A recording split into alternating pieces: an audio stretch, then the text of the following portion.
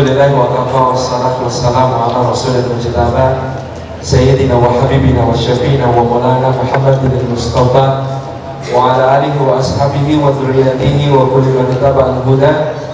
Assalamu alaikum warahmatullahi wabarakatuh. Puji syukur kepada Allah Subhanahu wa taala atas limpahan karunia-Nya. Mudah-mudahan setiap langkah yang kita tempuh menuju rumahnya yang mulia ini, tiap tapaknya menguburkan dosa-dosa kita, meninggikan derajat kita di sisi Allah Subhanahu wa taala, dan menjadi pemudah jalan kita semua menuju ke surga. Dan duduk kita semua semoga termasuk taman di antara taman-taman surga, tempat Allah mencurah-curahkan rahmat-Nya, menaungkan sayap-sayap malaikatnya, menurunkan sakinah ke dalam hati kita, dan menyebut-nyebut nama kita semua dengan bangga pada makhluk-makhluk mulia yang ada di sisinya. Jomblo, ma jomblo, wa ma adraka ma jomblo.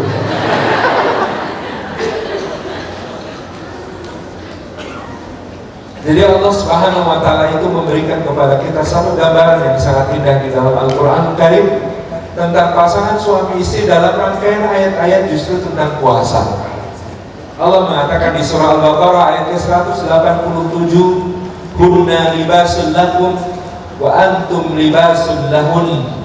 Mereka para istri itu adalah pakaian bagi kalian, dan kalian wahai para suami adalah pakaian bagi mereka. Jadi hubungan suami dan istri itu seperti pakaian. Fungsi pakaian itu untuk menjaga kita dari bahaya-bahaya yang mungkin muncul dari luar, dari serangga, dari panas, dari dingin, dari hewan-hewan. Dan fungsi pakaian itu adalah untuk menutupi aurat kita, aib-aib kita, keburukan-keburukan kita yang memalukan dari diri kita. Dan fungsi pakaian itu adalah untuk menghias, memperindah, menjadikannya sebagai sesuatu yang enak dipandang. Dan fungsi pakaian itu adalah untuk kita menjadi orang yang bertakwa. Libasul taqwa dzalika khair, dan pakaian takwa itulah yang terbaik, menjaga kita dari dosa-dosa, menjaga kita dari hal-hal yang dimurkai Allah Subhanahu wa taala, menjaga kita selalu dalam keridhaan Allah.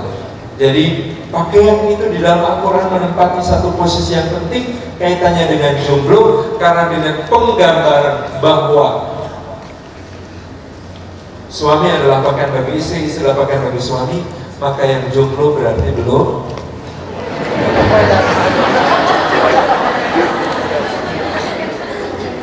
Itulah kenapa kalau agak risi-risi, geli-geli, aneh gitu ya, jadi jomblo itu wajar karena belum berpakaian. Yang aneh, belum berpakaian tetapi pede kemana-mana. Dan pakaian itu menempati kisah yang paling indah dalam salah satu cerita tentang jomblo paling keren sepanjang zaman. Nama jomblo itu Yusuf alaihissalam.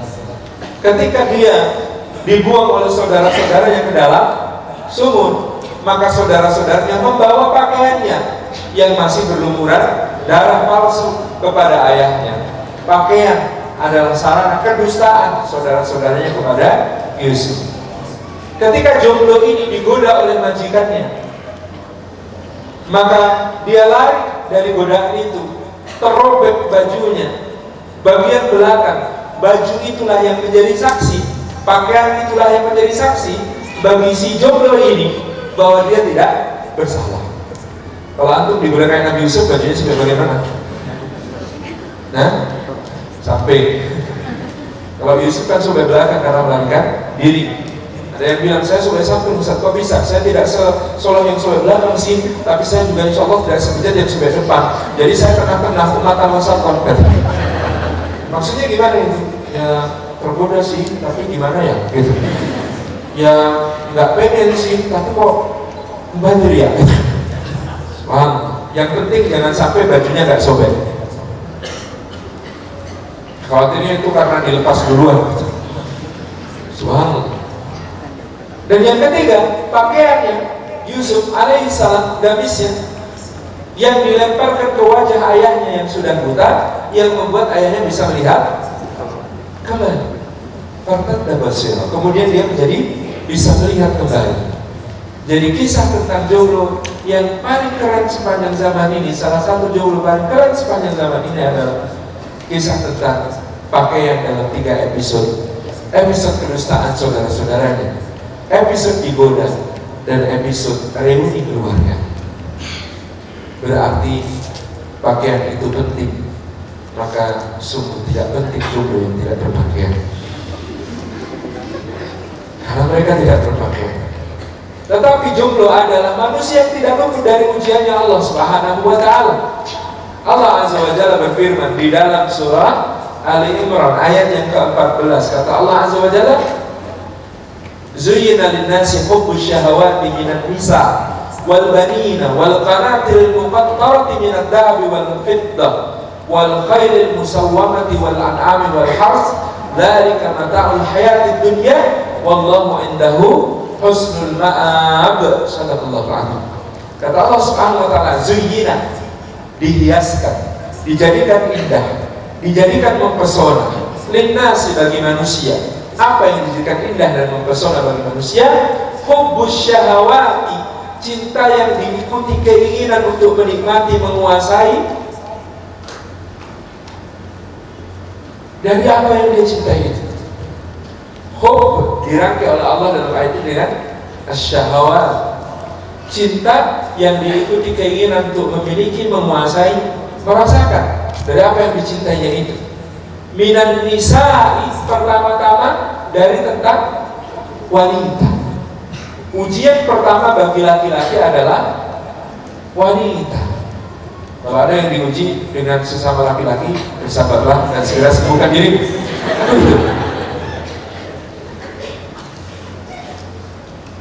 Pasangannya, saya takjub bahwa Allah Subhanahu wa Ta'ala menggunakan kata minan nisa di ayat ini untuk mewakili kedua-duanya.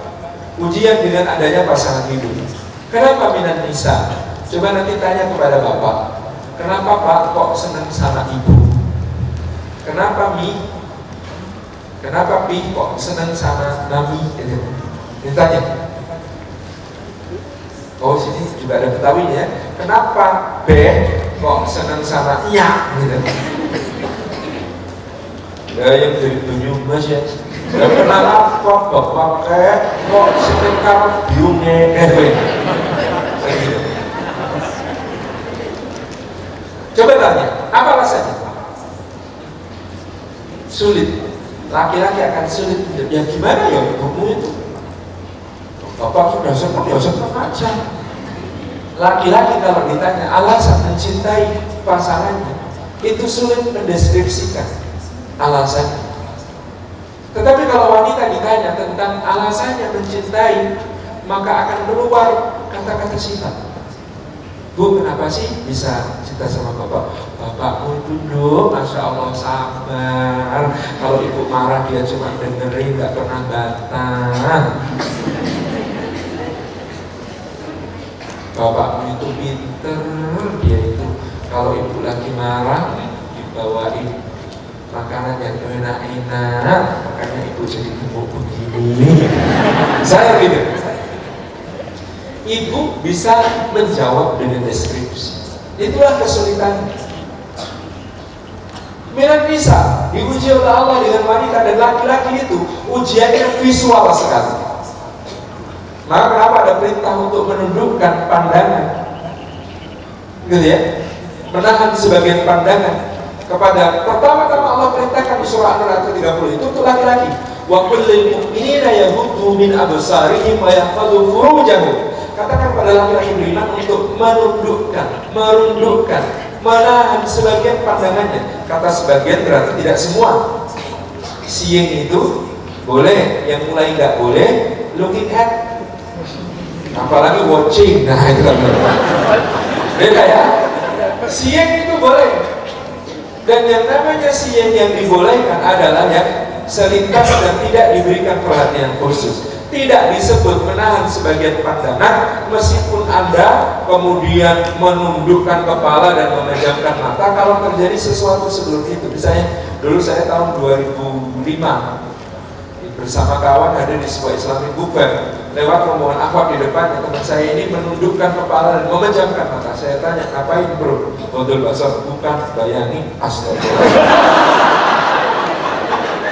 Karena laki-laki ini imajinasinya cepat sekali, ikhwanillah, untuk dimasukkan ke dalam imajinasi. Dia hanya butuh sekali jepret dengan kamera matanya, masuk ke imajinasi, luar biasa. Maka nanti ada larangan untuk perempuan gitu ya, menampakkan perhiasan dan membiarkan perhiasan berbunyi. Bagi wanita gitu ya, nanti auditori juga berbahaya. Mendengar suara seorang lelaki itu bisa membentuk rupanya. Bagi perempuan begitu, apalagi bagi laki-laki. Anda mendengar pengumuman di bandara kepada para penumpang pesawat sendiri di Indonesia, nomor penerbangan sekian dipersilakan masuk pesawat melalui pintu nomor 3. Anda sudah kebayang kok wajahnya kayak apa, ya kan? Padahal Anda nggak tahu benar nggak bayangan Anda. Yang penting Anda membayangkan, itu intinya. Subhanallah, laki-laki. Maka ujian visualnya laki-laki itu dahsyat, sehingga Rasulullah memberikan arahan untuk betul-betul betul basarnya sesuai etika dan sebagian pandangan. Kadang-kadang kita kalau belum ada riset dari barat, kita belum percaya. Tapi ada sebuah riset dari University of California Berkeley, Department of Psychology, bekerja sama dengan John Hopkins Medical School tentang apa dampak seseorang ketika kemudian dia memandang. Jadi ada laki-laki memandang pasangan potensialnya. Anda tahu pasangan potensial? Pasangan potensial itu yang ada dalam angan-angannya. Kalau sudah ikhwan-ikhwan begini, pasangan potensialnya pasti kemudian hijabnya lebar. Bagaimana kalau lebih susah menundukkan pandangan pada yang hijabnya lebar daripada yang tidak hijab, ya kan? Karena pasangan potensialnya. Wah, antum nggak gitu. Pasangan potensial ada bayangannya. Begitu melihat, apa yang terjadi pada seorang lelaki? Pupil matanya membesar. Jadi diukur, ternyata laki-laki yang memandang pasangan potensial, reaksi pertama tubuhnya adalah pupil matanya membesar. Ketika pupil mata membesar, dia mengirim sinyal ke otak. Di otak dilepaskan satu sekresi zat namanya dopamin. Apa yang terjadi pada dopamin? Dopamin ini memberikan rasa nikmat, rasa nyaman. Pengen ngeliatin subhanallah. Ini pertama yang masuk dopamin di otak. Apa yang terjadi setelah dopamin? Masya Allah, kemudian dari otak dikirim sinyal untuk kemudian mensekresi hormon adrenalin. Apa yang terjadi kalau adrenalin sudah keluar? Deg-degan, debar jantung lebih cepat, darah beredar di dalam denyut nadi lebih cepat. Jadi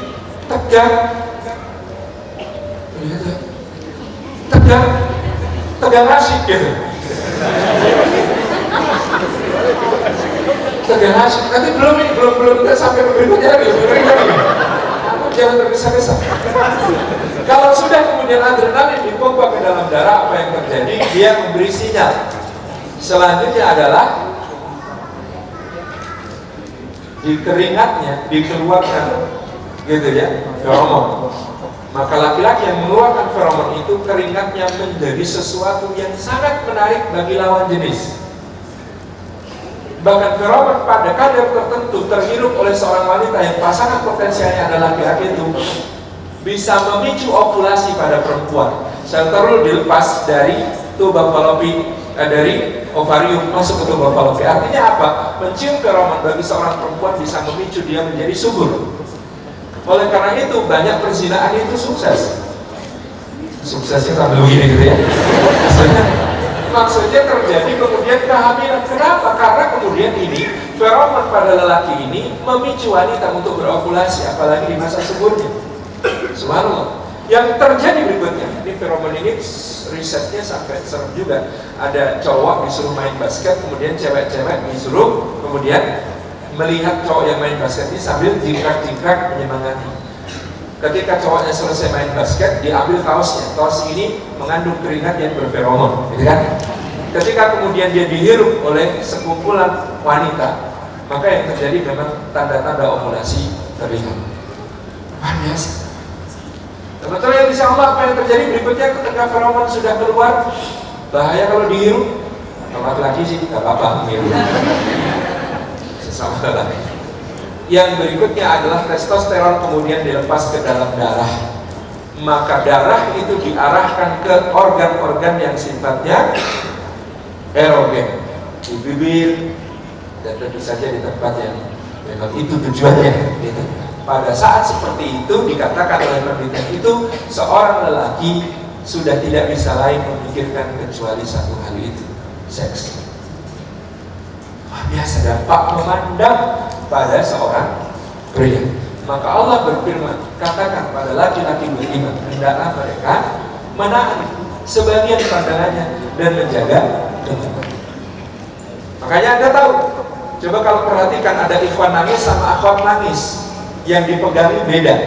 Ikhwan kalau nangis mana yang ditutupin? Mata, begini. Ikhwan kalau akhwat mana yang ditutupin? Mulut. Anda tahu kenapa? Karena Allah tunjukin gimana dosanya yang paling besar.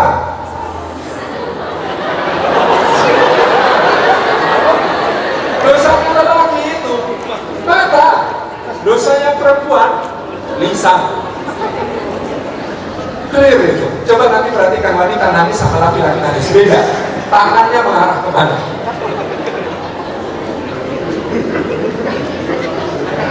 Oh, dua-duanya tuh, masya Allah. Jadi dua tangan, satu pegangin mata, satu pegangin mulut, gitu kan? Gitu. Nah, tadi saya menyampaikan wanita itu tidak mudah jatuh pada ujian yang berbentuk visual. Seganteng apapun seorang lelaki, gitu ya. Kalau kemudian Anda tidak sedang berada pada titik tertentu yang membuat Anda tergoda dengan fisik, Anda tidak tergoda. Yang membuat Anda lebih tergoda adalah touch, sentuhan. Semula sentuhan psikis, lalu kemudian menjadi sentuhan fisik. Itu yang sangat berbahaya untuk perempuan. Touch psikis itu apa? Diperhatiin, ditanyain sarapan apa belum, pakai apa, dibangunin qiyamul lail, dikirimin ayat pakai emot lucu, bunyinya ya ayyuhal muzammil qumil laila illa qalila. Yang gitu-gitu itu bikin runtuh akhlak. Lebih bikin runtuh daripada tampang ganteng kayak apapun pada kondisi tertentu. Perhatian, touch psikis. Kalau touchnya sudah pada fisik karena sudah semakin nyaman dan semakin dekat, maka bahayanya berlipat-lipat kali. Oke? Tapi ada waktu-waktu di mana perempuan juga visual berbahaya, pemandangannya berbahaya. Di mana itu menurut penelitian puncak berbahayanya wanita memandang adalah 2 hari sebelum ovulasi dan 2 hari sesudah ovulasi, 4 hari itu. Artinya apa? Pada saat wanita sedang subur, maka memandang juga berbahaya. Sehingga Allah juga memerintahkan wa kullil mu'minat yaghdudna min absarihinna wa yahfazna furujahunna. Katakan kepada perempuan yang beriman, hendaklah mereka menahan sebagian pandangannya dan menjaga juga kemaluannya. Di situ. Jadi ujian pertama kita lawan jenis, dan Allah Subhanahu wa taala sudah memberikan rambu-rambu tahan sebagian pandangan. Kalau kami yang sudah menikah, ada wilayah yang diberikan Allah begitu indah untuk menjaga diri. Jadi begini, ya ma'syarus syabab man istata'a minkumul ba'ah falyatazawwaj fa innahu aghaddu lil basari wa ahsanu lil farj wa man lam yastati' fa 'alaihi bis-sawm fa innahu lahu wija'. Kata Nabi sallallahu alaihi wasallam, wahai sekalian pemuda, barang siapa di antara kalian sampai pada kualifikasi yang namanya ba'ah. Apa itu ba'ah? Al-qudrah 'alal jima' wal mahru wan nafaqah. Kemampuan untuk kemudian melakukan hubungan seksual plus kemampuan memberi mahar dan nafkah, itu namanya ba'ah. Kata Imam As-San'ani. Kemudian di situ Rasulullah SAW mengarahkan fal yatazawwaj, maka hendaklah dia beristri. Fa inna waghadul basar, karena yang namanya punya istri itu lebih bisa menundukkan pandangan seorang lelaki. Kenapa? Kalau punya istri kok bisa lebih menundukkan pandangan? Karena ada alternatifnya.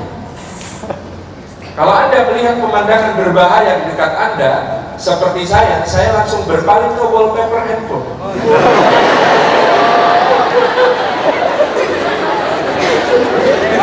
Serius. Karena ada alternatifnya, maka menundukkan pandangan bagi laki-laki yang sudah menikah seharusnya lebih mudah. Karena ada alternatifnya. Tapi coba yang jomblo, alternatifnya itu permukaan bumi. Kan tidak senilai yang dilihat godaannya begitu indah, permukaan bumi hanya hitam kelam saja. Sehingga lebih berat bagi seorang jomblo untuk tadi menundukkan pandangan. Wa ahsanu lil farji, dan yang namanya punya istri itu ahsanu. Husn itu artinya benteng, lebih mampu membentengi dia dari berdosa karena kemaluannya. Wa malam yastati, dan barang siapa yang kemudian tidak sampai pada kualifikasi belum mampu, fa alaihi bisawm, maka hendaklah dia berpuasa. Jadi kalau belum mampu menikah, alternatifnya adalah puasa. Meskipun alternatif puasa ini alternatif yang tidak sekuat nikah. Kenapa? Wa innahu lahu wijaun, maka yang namanya puasa itu baginya akan menjadi, dulu saya menerjemahkannya benteng, saya keliru. Ahsanu itulah yang artinya lebih bisa membentengi, sementara wija itu artinya yang lebih tepat adalah barikade. Kalau benteng itu pertahanan yang permanen, meskipun tetap aja bisa tembus kalau tidak hati-hati. Tetapi yang namanya barikade jelas-jelas lebih gampang jebol. Kenapa? Puasanya siang, stalkingnya malam. Gimana tidak jebol gitu? Ini contoh, gitu ya. Maka yang demikian ini sebuah hal yang kita perhatikan. Nah, ikhwan dan akhwat yang dimuliakan oleh Allah Subhanahu Wa Taala. Sementara itu bagian menikah ada hadis lain dari Rasulullah SAW. Apa itu? Wahai sekalian sahabat, kata Nabi SAW itu, jika salah seorang di antara kalian bertemu dengan wanita yang dijadikan oleh syaitan sebagai penggoda baginya, maka apa kata Nabi SAW? Maka hendaklah dia pulang, temui istri kalian. Karena pada istri kalian terdapat segala sesuatu yang ada pada wanita itu, hanya saja lebih suci dan lebih berpahala di sisi Allah Subhanahu Wa Taala. Ya? Jadi kalau ada laki-laki tergoda oleh perempuan di luar sana, segeralah pulang. Ini berlaku bagi yang sudah menikah. Kalau jomblo pulang. Meskipun demikian, hadis ini juga bisa diambil manfaatnya bagi jomblo, gitu ya. Dan kita ingat yang namanya puasa. Jam 12 siang waktu puasa, ya, itu yang namanya es buah itu cantik sekali. Yang namanya es cendol itu seksi sekali. Yang namanya es campur itu menarik sekali. Jam 12 siang saat kita berpuasa. Tapi begitu saat berbuka puasa tiba, air putih 3 butir kurma rasanya telah menepiskan semua godaan es cendol yang seksi, es buah yang cantik, maupun es campur yang menarik. Ya, betul. Maka ambillah istifadahnya, wahai para jomblo, bahwa menikah itu yang terpenting bukan soal cantik, menarik atau seksi, tapi soal air putih. Carilah yang bening, bening luar dalam, bening akhlaknya, bening agamanya, bening imannya, bening amal solehnya. Air putih cukup. Karena air putih itu kalau kita syukuri kepada Allah Subhanahu Wa Taala, misalnya ini air putih, kita syukuri betul-betul kepada Allah. Masya Allah, Allah menurunkan hujan, atau bahkan sebelumnya Allah membuat lautan kena panas matahari lalu menguap jadi awan berarak, lalu turun hujan membasahi bumi, masuk ke celah tanah, masuk ke celah batuan, mengalir sampai kemudian nanti dia muncul di satu mata air, dimasukin ke dalam botol, lalu sampai ke sini, misalnya gitu. Kita tafakur begitu, itu meskipun cuma air putih, kalau kita tafakurnya betul-betul bersyukur kepada Allah,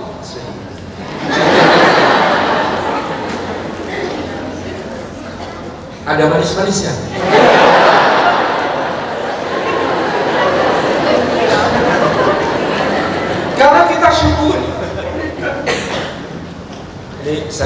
dengan begini pernah di satu forum ada bapak-bapak nyeletuk, oh jadi yang di rumah itu cuma kayak air putih Ustaz. Ya enggak Pak, yang di rumah itu bisa jadi ya jus alpukat, sop buah gitu kan. Oh cocok Ustaz, di rumah itu memang kayak jus alpukat dan sop buah. Maksudnya gimana Pak? Ya makin tambah umur makin berlemak sih. Astagfirullah. Ngawur. Ibu-ibu ya, ada yang ibu-ibu sudah menikah ini. Oh jomblo semua ya kan? Masya Allah ya. Jadi rahimahullah, ujian pertama itu zina linnasi wa syahwati minan nisa. Maka waspada pada bagian ujian pertama ini, karena kalau ujian pertama saja tidak lolos, susah lolos di ujian-ujian berikutnya. Wal bani, anak-anak sendiri maupun anak orang lain. Hebat gitu. Kata kawan saya yang sudah menikah, kalau ingat anak kecil, kalau lihat anak kecil, dia kan tugasnya jauh dari keluarga gitu. Kalau lihat anak kecil, ingat anak sendiri. Kalau lihat akhwat, lupa istri sendiri. Astagfirullah. Tapi saya lucu-lucu gitu ya. Itu menggambarkan saya orangnya sudah. Subhanallah. Ya, ujian anak-anak yang berikutnya. Nanti kalau anak-anak sama istri bekerja sama, oh semakin repot lagi nanti ujian. Tambah lagi ujian berikutnya, gitu ya. Wal qanatir muqattarati minad dhahabi wal fiddah. Kita akan diuji dengan emas dan perak, harta. Setelah itu ada lagi wal khailal musawwamah, dan kendaraan-kendaraan pilihan. Dulu waktu belum nikah itu punya sepeda motor, yang penting rodanya mau gelinding. Begitu sudah menikah itu kemakan gengsi. Mulai dari merek ke arah seri ke arah tahun pembuatan gitu. Gak habis-habis. Wal khailal musawwamah wal an'am, dan binatang ternak yang beranak pinak, kita pengen investasi terus supaya bertambah-tambah harta kita gitu kan. Ujian berikutnya wal hars, dan terakhir sawah ladang itu properti yang jumlahnya di bumi gak naik tapi harganya naik terus. Itulah dulu kesalahan iblis ketika menuduh bahwa api lebih baik daripada tanah. Siapa bilang api lebih baik dari tanah? Dari dulu harga Korea itu segitu aja, harga tanah itu naik terus. Iya kan, kita terbuat dari tanah, harusnya kita juga naik terus. Dan siapa bilang api itu lebih baik dari tanah? Api itu merusak, membakar, menghancurkan, baunya busuk, dan dia tidak bisa hidup kalau tidak ada yang dihancurkan. Itu kehidupan yang sangat mengerikan, hidup untuk menghancurkan yang lain. Sementara kita tanah itu lembut, tabah, dan juga menumbuhkan, menyuburkan bagi yang lain. Terima kasih, kita sambung sudah Isya. Assalamualaikum warahmatullahi wabarakatuh. Masih tema yang sama. Untuk waktu yang dapat, saya usahakan. Alhamdulillah, salatu wassalamu ala rasulillah wa ala alihi wa ashabihi wa mawalah wa la hawla wa la quwwata illa billah. Baik, ikhwan dan akhwat yang dimuliakan oleh Allah Subhanahu wa taala, kita hidup di zaman yang saya kira godaan zaman antum itu lebih bervariasi daripada godaan zaman saya. Di zaman saya kita belum bisa bikin story di Instagram yang bisa dikomen orang kan gitu.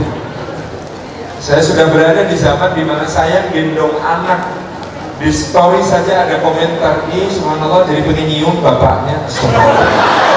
Jadi kita tahu gitu ya, ini zaman yang semakin berat ujiannya. Maka saya justru mengajak kita untuk segera dewasa ketika Allah memberikan kepada kita yang namanya cinta. Cinta bagi jomblo adalah ujian karunia yang dua-duanya harus disikapi dengan benar-benar. Islam ini indah sekali. Dia tidak meminta kita untuk menyangkal cinta. Dia juga melarang kita untuk mengubah cinta. Yang diinginkan oleh Islam adalah mengendalikan cinta, menjadikan cinta itu sebagai sarana beribadah kepada Allah Subhanahu wa taala. Kalau belum tiba waktu yang memungkinkan bagi kita untuk menjadikan cinta ini wasilah ibadah yang seluas-luasnya, seperti dalam sabda Nabi sallallahu alaihi wasallam, lam yura lil mutahabbaini mithlun nikah. Tidak tampak indah bagi dua orang yang saling mencintai yang seperti pernikahan. Di dalam pernikahanlah tersedia wadah yang paling luas, yang paling bebas untuk mengekspresikan cinta tersebut. Maka bagi kita yang kemudian pada saat itu terasa belum sampai pada kapasitas yang disebut oleh Mbak tadi, waktunya untuk kita semua kemudian mempersiapkan diri menuju kepada satu kata itu, nikah. Oke? Jadi begitu cinta datang, gitu ya, maka kita mulai merasionalkan cinta itu dalam bentuk persiapan-persiapan kita menuju pendewasaan sejati, menuju ke satu kehidupan yang di sana cinta akan kita bangun, bukan sekedar jatuh. Kalau Anda sekarang jatuh, nah jatuh itu sakit, jatuh cinta.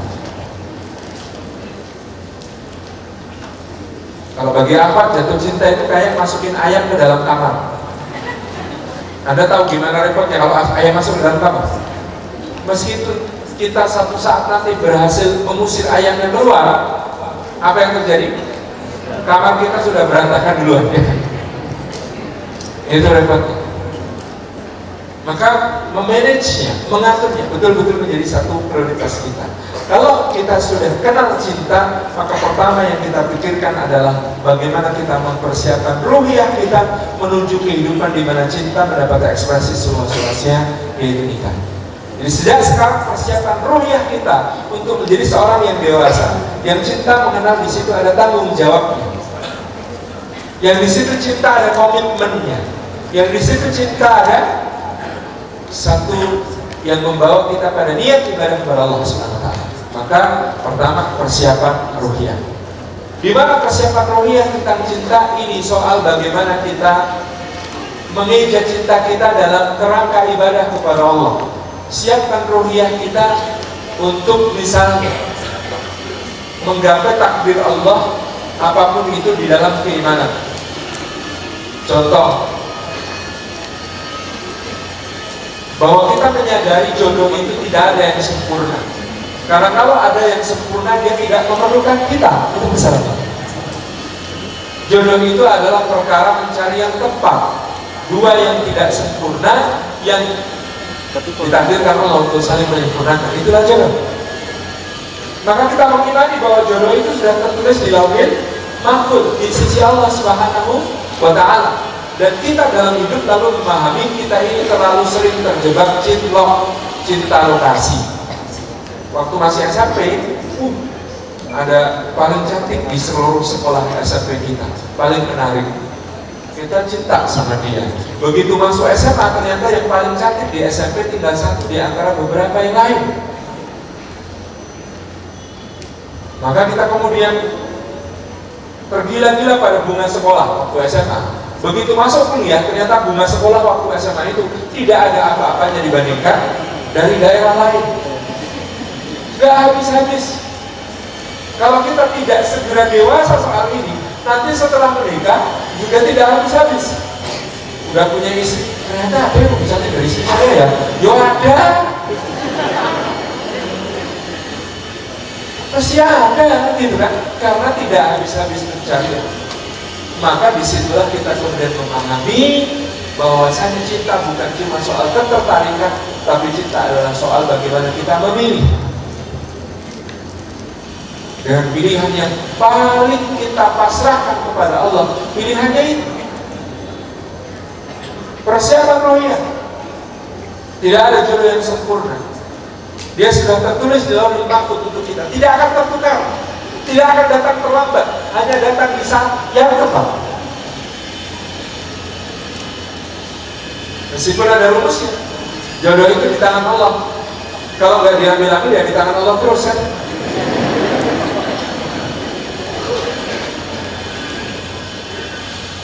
Maka, ikhwan, misalnya saya mengetes Anda tentang betapa kita harus siap berdewasa dalam menerima segala ketentuan Allah. Antum pilih tipe istri yang mana? Tipe Khadijah atau tipe Aisyah? Dua-duanya. Semua pilih loh. Pilih tipe Khadijah atau tipe Aisyah? Ada yang pilih tipe Khadijah, lembut, keibuan, baik hati, tidak sombong, gemar sedekah, pintar kelola bisnis, penuh pengertian. Mau yang begitu? Istri kayak Khadijah mau? Mau. Selisih usia nggak masalah ya? Mikir. Sampai takjub pada satu renungan, kalau Anda punya anak laki-laki ganteng, keren, pujaan banyak wanita, akhlaknya mulia, pinter dagang, amanah, digelari al-amin oleh lingkungannya, kepikir tidak Anda jadi orang tua untuk nikahkan dia dengan seorang wanita yang jauh lebih tua dan sudah 2 kali menjanda? Kalau Anda jadi bapaknya, pura-puranya lah, saya tahu antum belum anak, gitu ya. Tapi coba Anda bayangkan perasaan jadi seorang bapak atau ibu punya anak laki-laki kayak begitu. Bu, gimana rasanya? Mungkin nggak Anda kemudian nikahkan anak laki-laki Anda yang kayak begitu kualifikasinya tadi dengan seorang yang sudah menjanda 2 kali dan usianya jauh lebih tua? Kita sepakat Allah itu yang paling sayang kepada Muhammad SAW, betul? Tapi ternyata Allah memilihkan Khadijah untuk Muhammad. Menarik loh. Kok bisa Allah pilihkan Khadijah untuk Muhammad? Karena Allah Maha tahu jangkauan ilmu Allah sampai ke masa depan. Nanti pada saat Muhammad SAW mendapatkan wahyu pertama, apa yang terjadi? Shock, pucat pasi, gemeteran, jatuh bangun berulang kali sampai depan pintu, menggigil, Zamiluni, Zamiluni, ya Khadijah, Zamiluni, Zamiluni. Itu Muhammad SAW dalam keadaan mendapat wahyu pertama, shock, jiwa raga seperti itu. Kalau istrinya kira-kira seusia beliau atau lebih muda, lihat suami ucap gemetaran, menggigil, berkeringat dingin begitu, ya Allah mas, ada apa ini mas? Ya Allah mas, bisa sampai kayak gini mas? Kan ikut panik, ya kan? Beda sama Khadijah, dia sudah pernah menangani kasus-kasus yang lebih berat di suami sebelumnya, ya kan? Jadi responnya jadi tepat. Masya Allah, buntut masuk ke kamar, masukkan ke dalam kamar, dibaritkan di ranjang, selimutin, tinggalkan. Karena wanita ini tahu lelaki yang sedang ada masalah perlu diberi ruang untuk menyendiri, berkontemplasi dan merumuskan solusi. Ya. Kadang-kadang wanita yang menikah tanpa ilmu dan lelaki yang menikah tanpa ilmu, mereka merusak pernikahannya dengan kebodohan. Bukan karena kurangnya cinta, mereka sangat mencintai pasangannya. Tapi coba perhatikan, ada banyak lelaki mencintai istrinya dengan cara mencintai sesama lelaki. Dan ada banyak perempuan mencintai suaminya dengan cara mencintai sesama perempuan. Padahal cara mencintai lelaki berbeda dengan cara mencintai perempuan. Coba kalau bapak ada masalah, kan curhat sama temannya, duduk di tangga berdua, kepalanya diletakkan di pundak temannya, tangannya saling menggenggam, nangis bareng di situ sampai plong. Pernah kebayang ada 2 cowok begituan? Serem bro. Beda. Laki-laki kalau ada masalah, terapi yang kita lakukan pada sesama teman, kita tahu teman kita lagi ada masalah, gak mungkin kita begitu bang. Kita pasti akan tepuk pundaknya dan mengatakan, aku tahu kamu bisa selesai, oke? Kalau kamu perlu bantuan, aku ada. Tapi aku percaya kamu bisa selesai sendiri. Gitu kan kalau laki-laki? Iya, beda. Saya kok jadi serem bayanginnya kan? Gitu kan? Dan ada banyak wanita mencintai suaminya dengan cara mencintai perempuan. Suami lagi ada masalah, dipaksa curhat. Pulang, tasnya dilempar, tubuhnya dipaskan ke sofa, kakinya terlepas sepatu, langsung tidak pakai tangan, cuk, gitu. Kemudian kepalanya begini. Kan berarti tadi ada masalah, ya. Istri kan pasti bertanya, ya, mas, ada masalah apa? Suami di dunia ini jawabannya sama. Enggak wajib, ada apa-apa. Maka istri yang baik tadi tetapi kurang ilmu tadi akan mengatakan, mas, aku kan kalau ada masalah udah cerita sama mas, masa mas gak mau cerita sama aku? Di dunia wanita, kalau anda punya masalah, anda sharing. Sharing is caring. Bagi laki-laki, sharing adalah menunjukkan aku lemah. Itu aja cerita-ceritain.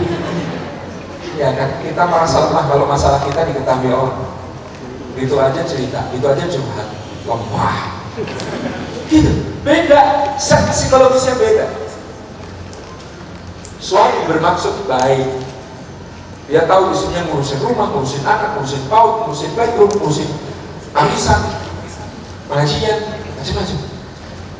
Bahkan dia berkata pada istrinya, udah kok Dek, ini masalah kantor aja kok, biar aku aja yang pusing mikirin, kamu gak usah ikut terbebani mikirin ya. Maksudnya suami baik, tidak ingin menambah beban istri. Apa kata istri? Oh jadi mas gak percaya sama aku. Di dunia lelaki tidak ingin cerita itu karena tidak ingin menambah beban. Di dunia wanita tidak mau cerita berarti tidak percaya. Maka gugatannya lebih tinggi lagi. Jadi selama ini ceritanya sama siapa? Kalau aku mulai curiga ya, panjang urusan. Siapkan ruh ini. Coba bayangkan. Berarti kesimpulannya Allah itu memilihkan untuk Muhammad bukan yang sempurna, tetapi yang paling tepat. Ada yang bilang tipe Aisyah, mau istri tipe Aisyah, cantik, energik, sportif, bisa diajak lomba lari, romantis, bisa berpuisi, hafal 40.000 banyak syair, bisa nonton bareng, duduk di pangkuan, pipi nempel pipi, adegan-adegan bersama Aisyah kan yang begitu-begitu. Makan anggur berdua, suap-suapan, nggak pakai tangan. Nggak usah bayangin.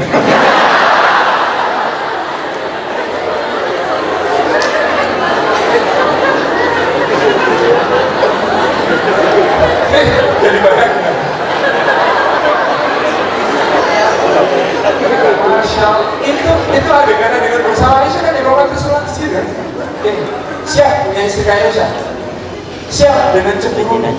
Banting piring depan tamu sampai hidangnya berhamburan, tamunya melongo 5 menit.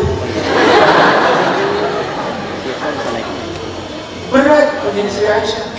Tidak semua mampu. Ya memang tidak semua Rasulullah memang. Tidak ada pasangan sempurna, bahkan untuk lelaki yang paling sempurna bernama Muhammad SAW. Ridha kepada takdir, ridha pada pembagiannya Allah Subhanahu Wa Taala. Istri Anda nanti ada yang paling cantik. Kalau rumput tetangga tampak lebih hijau, biasanya terbuat dari plastik. Itu aja. Begitu nanti Anda menikah, Anda belajar untuk menjadikan dia sebagai qurrata a'yun, penyejuk mata dan hati. Sehingga Anda mau tidak mau akan mengatakan, ketika istri sedang bikin jengkel, ini lagi acting ini, aslinya solihah, lagi acting ini. Ketika istri penampilan sedang tidak meyakinkan, roll rambut belum dilepas, masker belum dihapus, daster tambalan 7 tempat, ya. Masak sambal terasi ambuni gitu ya, baunya sampai kemana-mana gitu ya. Maka katakan pada dia, ini lagi diamar ini. Aslinya istri saya itu 70.000 kali lipat lebih cantik daripada bidadari yang paling cantik. Nanti kalau masuk surga, sekarang adanya kayak begini. Guys, apa sabar juga. Sama dengan suami, kalau lagi bikin jengkel bilang lagi acting. Aslinya soleh ini. Aslinya. Sekarang lagi acting, jangan lama-lama actingnya. Kan gitu, kalau tuain. Jadi ini kita belajar untuk kemudian menjadikan pasangan kita wahana untuk mendewasakan diri kita makin dekat kepada Allah. Ini belajar, ini belajar.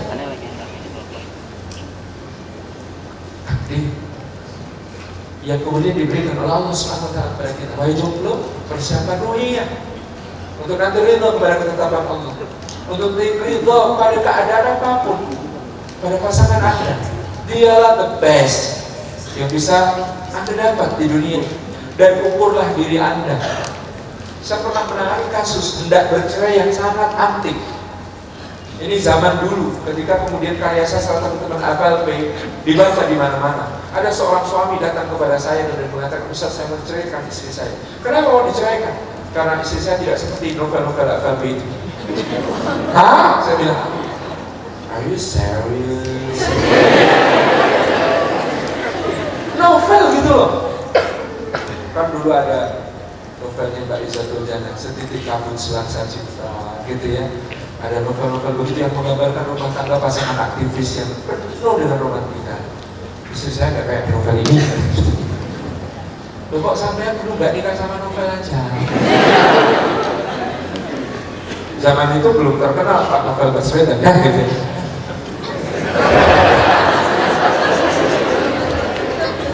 Itu. Ya akhirnya setelah melalui pembahasan, pemahaman, dia mengerti, oh gitu ya saya. Jadi saya ini harus berobsesi, jangan ekspektasi. Tahu bedanya? Ada. Sekarang yang hits apa sih? Cerita Islami yang hits apa sih?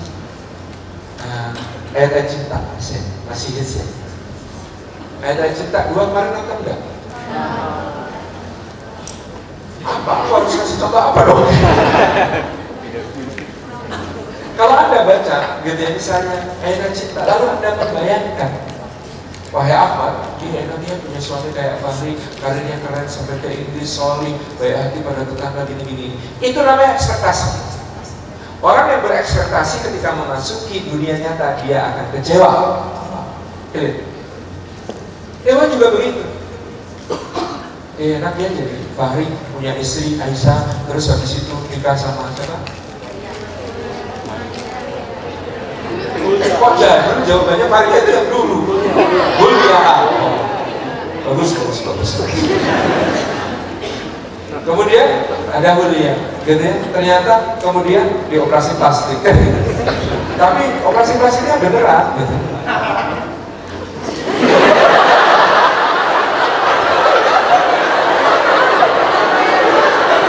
Gitu ya. Jadi apa sih kita? Oh enak banget jadi kan itu Anda berekspektasi. Kalau Anda berobsesi, Anda tidak akan kecewa, Anda akan punya semangat untuk memberi. Gitu ya? Anda berobsesi itu artinya kalau Anda aku mau jadi istri yang lebih solehah daripada Aisyah. Aku mau jadi suami yang lebih soleh daripada Fahri. Itu obsesinya. Jangan keliru sikap pada semua cerita.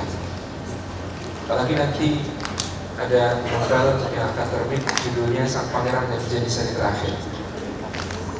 Saya yang nulis. Itu jangan sampai nanti salah ya. Jangan berekspektasi, tapi jadilah yang berobsesi.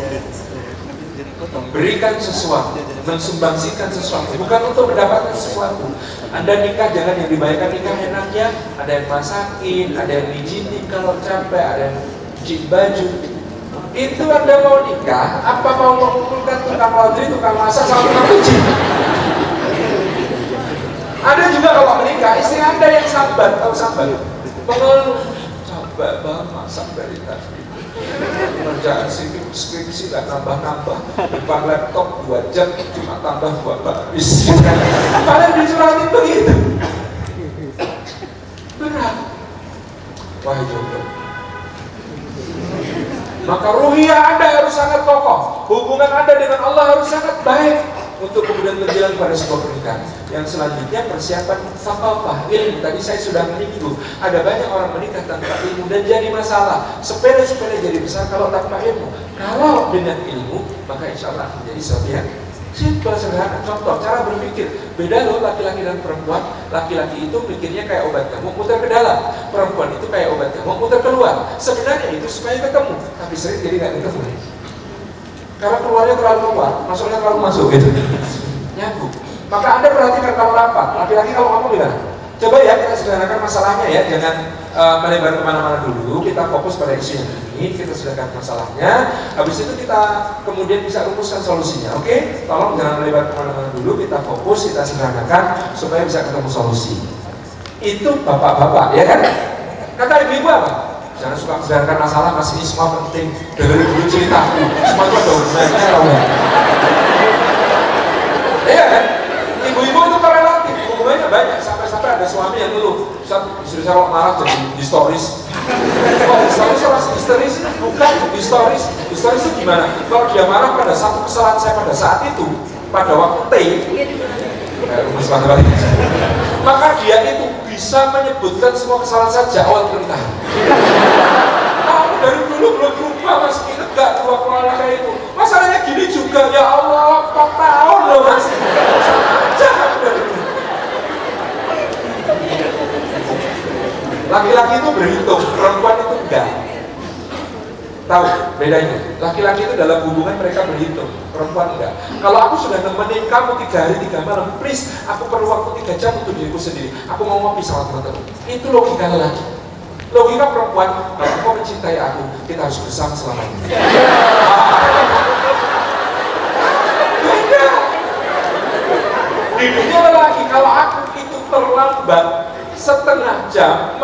jangan kalau aku kayak terlambat 5 jam. Bagi wanita terlambat adalah terlambat setengah maupun 5 jam saja. Berhitung ini enggak. Di dunia lelaki apa ya yang ada berarti berhitung tadi. Kalau aku dulu salahnya itu 18 poin salah, gitu ya. Sekarang aku cuma 9 poin salahnya, maka tolong marahnya jangan kayak aku salah 18 poin. Aku sudah berusaha loh. Laki-laki begitu, kata perempuan, kalau berusaha itu hijrahnya total mas. Bagi lelaki, salah 3 itu masih dapat 7. Bagi perempuan, salah itu nggak lulus. Ini contoh persiapan ilmu. Yang ketiga persiapan fisik. Nanti Anda fisiknya kalau sudah menikah ini perlu menjadi sangat sehat, nggak kayak Anda sekarang. Maka persiapan baik-baik, jangan sampai menu makan Anda itu pagi Indonesia sehari ini malam Supermi. Jangan sampai menu makan Anda itu, gitu ya. Anda ini punya tanggung jawab melahirkan generasi penerus yang lebih baik. Anda berdosa kepada Allah dan berdosa kepada bangsa Indonesia kalau Anda merusak tubuh Anda dengan gizi yang tidak baik, gaya hidup yang rusak, gitu ya. Ini sudah masih jomblo kok perutnya sudah mendahului karir misalnya. Payah gitu. Yang rata loh. Ini soal Masya Allah. Yang amat juga begitu. Selesaikan semua masalah-masalah kesehatan, apalagi yang berhubungan dengan misalnya reproduksi. Kalau punya keputihan segera sekarang obati ke dokter, gitu ya, karena keputihan biasanya juga ada kemerahan yang itu bahaya, gitu kan, infeksi, bakteri, macam-macam. Selesaikan. Ikhwan juga begitu, apalagi kalau penyakitnya menular. Jangan sampai nanti luarin istri. Contoh panu kada surat. Selesaikan sekarang. Olahraganya diatur, gaya hidupnya diatur, sehat, gitu ya, melahirkan generasi berikutnya sehat. Persiapan fisik, persiapan ekonomi. Akhwat, kalau ikhwan belajar untuk how to earn, bagaimana menghasilkan sesuatu, akhwat harus pintar, mempunyai keterampilan bagaimana caranya menghabiskan uang. Karena banyak finansial rumah tangga bermasalah bukan karena tidak punya kemampuan menghasilkan uang, tetapi karena tidak punya kemampuan untuk menghabiskan uang. Tidak tahu prioritas, mana yang harus belanja, mana yang tidak. Tidak tahu bedanya antara kebutuhan dengan keinginan dan seterusnya. Harus pintar ya, pintar belanja. Oke? Terakhir persiapan sosial, karena Anda akan berhadapan dengan masyarakat. Nanti kita menikah itu belum sempat selesai belajar jadi suami, sudah harus belajar jadi bapak. Belum sempat belajar jadi bapak, harus sudah belajar jadi ketua RT, jadi tumpuan dan harapan keluarga. Ada yang sakit kita yang ditutup, ada yang sakaratul maut kita yang ditutup, kita tahu gitu kan.